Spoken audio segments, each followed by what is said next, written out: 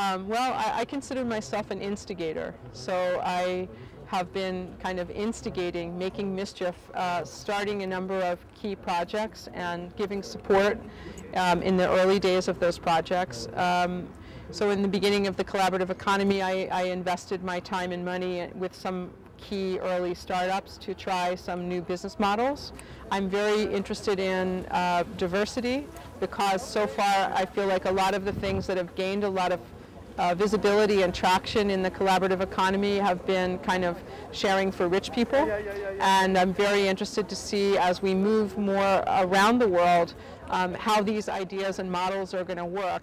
So I'm very enthusiastic and optimistic about where we're going, and it feels to me that we're pretty much right on schedule.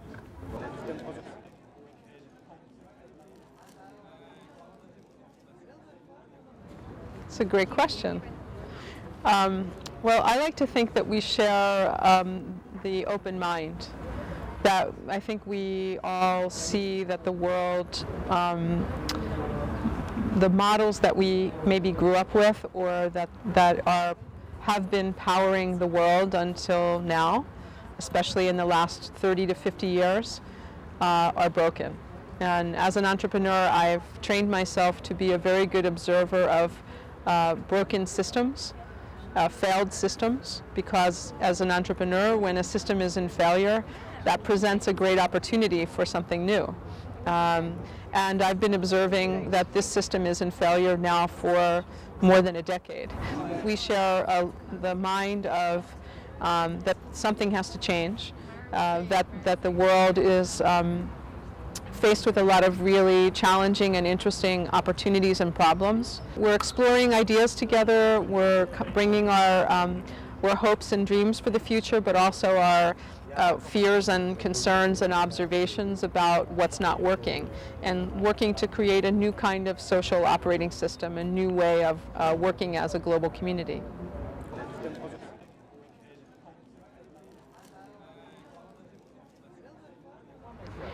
You know, I think that there's this huge opportunity right now because cities, most of us since 2010, more people on the planet are living in cities. Cities are very aware that there's a new pressure on them. There's a really interesting opportunity because as peers, as a peer economy, as a collaborative economy, with peers, the companies, the governments, we can come together as these three groups and create a more resilient community, but also create policies that make more sense for where we're going rather than the ones that we have protecting where we've been. And we're starting to see with some cities like in Europe, Amsterdam, and in Asia like Seoul, Korea, where these are declaratively becoming sharing cities, and they're wanting to very rapidly create test policies and open ideas that allow for more innovation and more practical support for these new models working.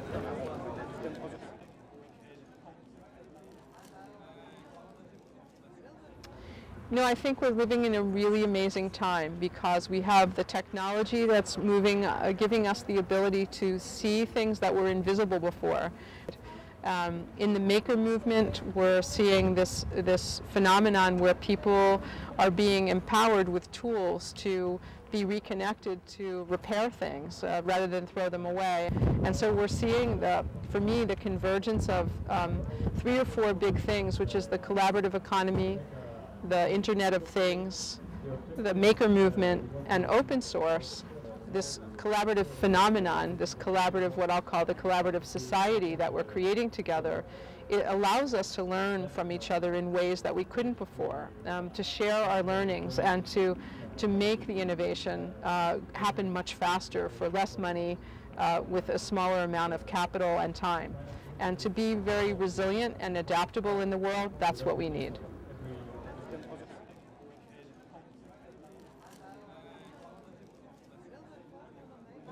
At least 2 things that need to change. One is that the power that's being held by mostly very large corporations on the planet, it needs to be more distributed. because that power often, even though it starts in business, has a huge political consequence. They're able to shape politics and policy in ways that keep innovation from happening. And so one thing is that these corporations that hold a lot of the power from last century, I'm hopeful that they will begin to see the collaborative society and the collaborative economy as something that they need to participate in, and to find ways to open up the company as a platform more than try to be a fortress and protect, you know, what they have. The second thing I think is that, you know, I'm hopeful that this doesn't happen, but that one way to create an acceleration of the shift is by having something go wrong. And that could either be like in 2008 when the economy melted down in developed countries.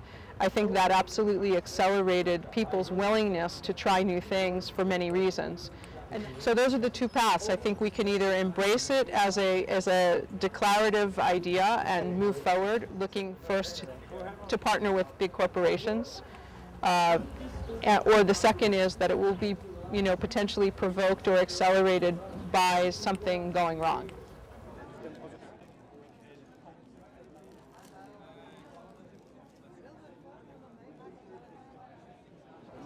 We're moving away from you know, the idea that we're aspiring towards ownership, and that really we're aspiring to access goods, services, and talent. But in many ways we want ownership, but we don't need, I don't need to own everything. We could co-own a lot of things, but this notion of co-ownership isn't really embraced by capitalist society. It's in many ways actually contrary to capitalism.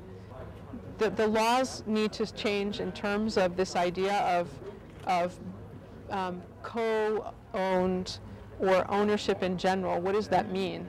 I have the right to use this under these circumstances in this way at this time for free or for something. And those kinds of laws, those kinds of social, even in some cases social expectations, need to be rethought. But I believe that much of what we're looking at here comes down to ownership and also relatedly taxation. And if governments could find other ways to capture revenue by creating a different kind of participative society, which I think we're on the cusp of, then a lot of these old models will dissolve because in fact they don't make too much sense anymore.